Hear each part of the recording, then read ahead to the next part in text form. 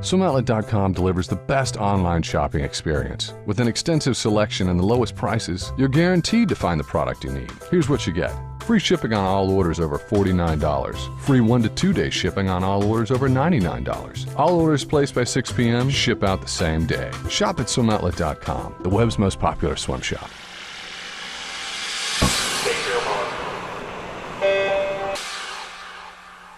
This is the Morning Swim Show for Wednesday, July 18th, 2012. I'm your host, Jeff Cummings. In the Finis Monitor today, we'll talk to KIRSTY Coventry, who is trying to join that elite group of swimmers who have won the same individual event at the Olympics 3 times. KIRSTY joins us right now from our hotel in Tunis, Tunisia. KIRSTY, welcome to the show. How are you doing today? Hi, I'm good. Thank you. Thank you for having me. So tell us what you're doing there in Tunisia.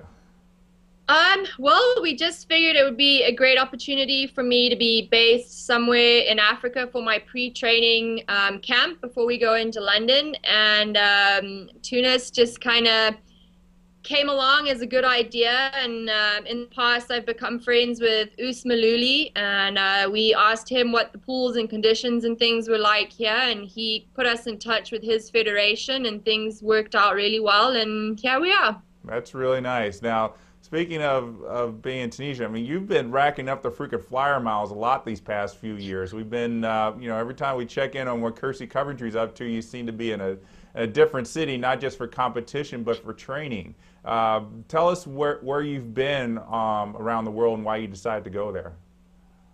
Well, yeah, we've been all over the place. After World Champs in 2009, I took a year off and moved to Johannesburg, South Africa, and spent some time there with family and friends. And then after a year, got back into training and started having a lot more fun again with my swimming, and went from training in South Africa to doing a bit of training in Europe, and then back to Texas with Kim, my old coach. And then we had 4 months of good training in Austin, and now we're here getting ready for London, and things are going good. Now, when you took that year off after World Championships, was that, kind of thinking you were going to leave the sport, or were you just taking a break knowing you were still going to go to 2012? Honestly, I didn't really know. I just wanted some time out. I didn't have the best meet. I had a great meet if you look at it in regards to my 200 backstroke, but I wasn't too happy with my other events in 2009, and everything had become so much about the suits and not so much about the athlete, and there was a lot of controversy. And so I just wanted to take a step back and have time out and be somewhat normal and get to spend time with my friends and family, which I did, and I loved it, and met a great person who's in my life and travels with me and is, joined me on this adventure, which is super cool. And yeah, we just, like I said, I took that year off, loved being normal and hanging out with friends and family, and then started working out. I kept active. I stayed in the gym and ran a little bit, and then one day got back into the pool and started messing around with Thai a little bit, and it just kind of progressed from there. And I just really missed the sport and wanted to give it one more shot and see what I can do and how I can push my body. And you're talking about that you have rediscovered your love of the sport, having more fun in it. What was the key to rediscovering that? I think definitely taking that year away and just realizing what exactly is important. I think when you're young and you're a young athlete, and I've been very fortunate in my career to be successful, and I'm very blessed for that. But in the moment, it's all about trying to win and trying to be the best, and I don't think I ever really took everything in. So that year was really nice to just take some time out to realize how I had done, and I'm very proud of myself for achieving those things. But I also was looking for other things in life, and I think I found that. And I'm just in a good place. I'm in a good space. I'm happy, and I know that I want to try and be as competitive as I can leading up to London and in London as well. And I think my year away and taking that time off is going to help me to do that. Now, since 2009 World Championships, where you set the current world record in the 200 backstroke, the landscape of women's swimming has changed pretty considerably. What's your take on Yeah. that? I think it's awesome. I think women's swimming has consistently, every 4 years, if you look back in 2004, where we went from 2004 to 2008, from where we've gone from 2008 to 2012, it's just really awesome how much better women's swimming is getting. And I think that's really exciting. I think that's exciting for the sport. I think it's exciting for us as athletes. And I'm just really, like I said earlier, I'm very excited to be a part of that. I think it's, we're making history, and it's fun to do and fun to be a part of. And I would imagine people like Missy Franklin and others are really pushing you to really work a lot harder. Yeah, definitely. I think, it's a lot of people ask me which is harder, getting to the top or staying at the top? And it's definitely staying at the top is much harder than getting to the top. Because you've got so many more people trying to, knock you down. And I'm very realistic about my goals going into London, and I just want to be as competitive as I can be. And I know that there are a lot of great swimmers out there at the moment, and if I can go in and be competitive and have fun and swim some of the fastest times in the world, that would be great. And yeah, we'll just see how it goes. Now, as I mentioned at the beginning of the show, you're in line to potentially join a very elite group of swimmers who have won 3 consecutive gold medals in the same event, the Olympics. Christina Egerzegi did it in 200 back, Dawn Fraser did in the 100 free, and you're in line to do that for the 200 back. Has that been a big motivator for you? It has. I try not to think about it too much because I think that those types of things, especially that, it's such a big deal and it would be such a great honor. But in saying that, also adds a lot more pressure.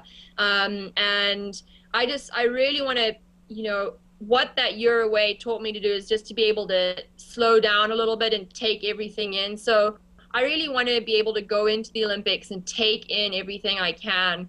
Of what's going on around me and how I'm swimming and, how the other athletes are doing. I think, well, this will be my 4th Olympics, and I think there might have been maybe 3 or 4 races that I've actually watched at the Olympics because you're so focused in on what you're doing and your goals.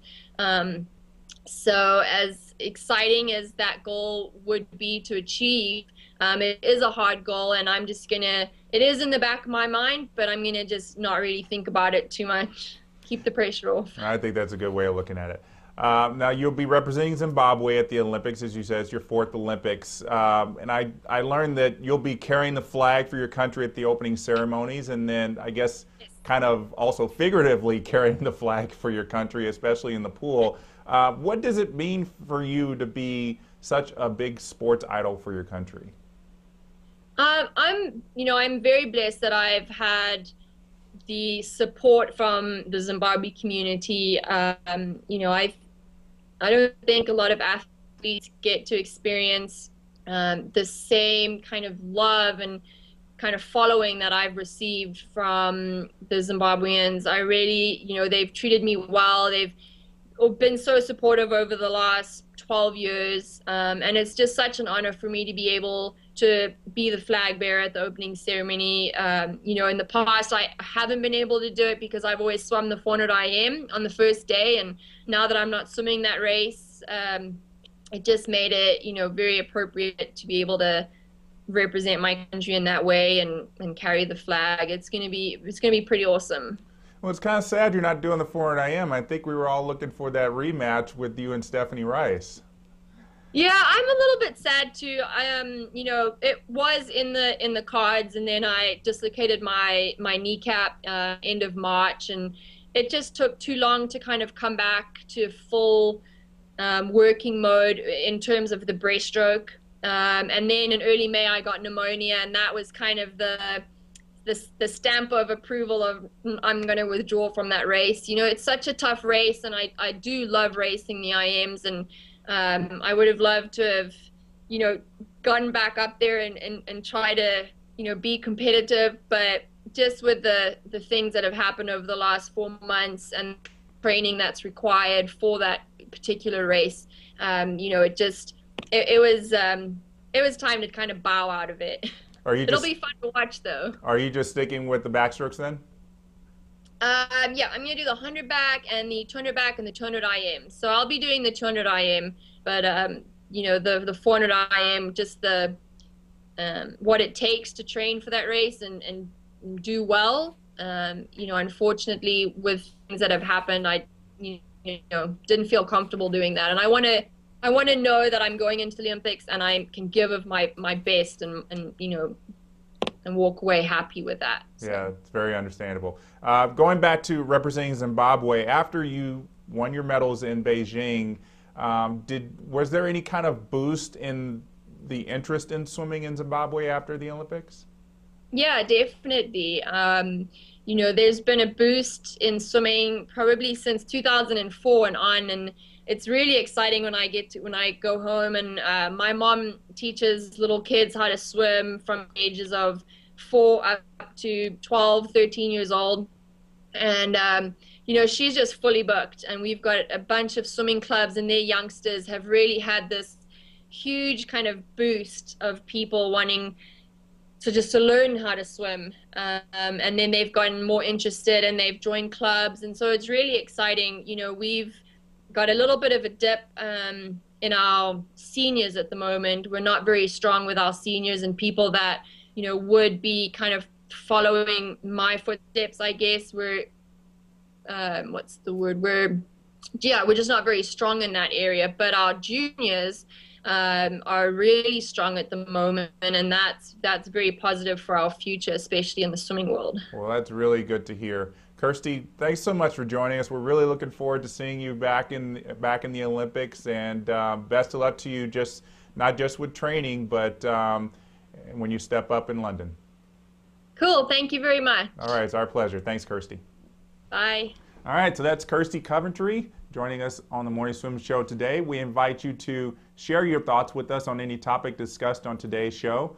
Just go to our Facebook page or talk to us on Twitter. Our Twitter handle is @SwimmingWorld. That's going to do it for today's show. Thanks for watching.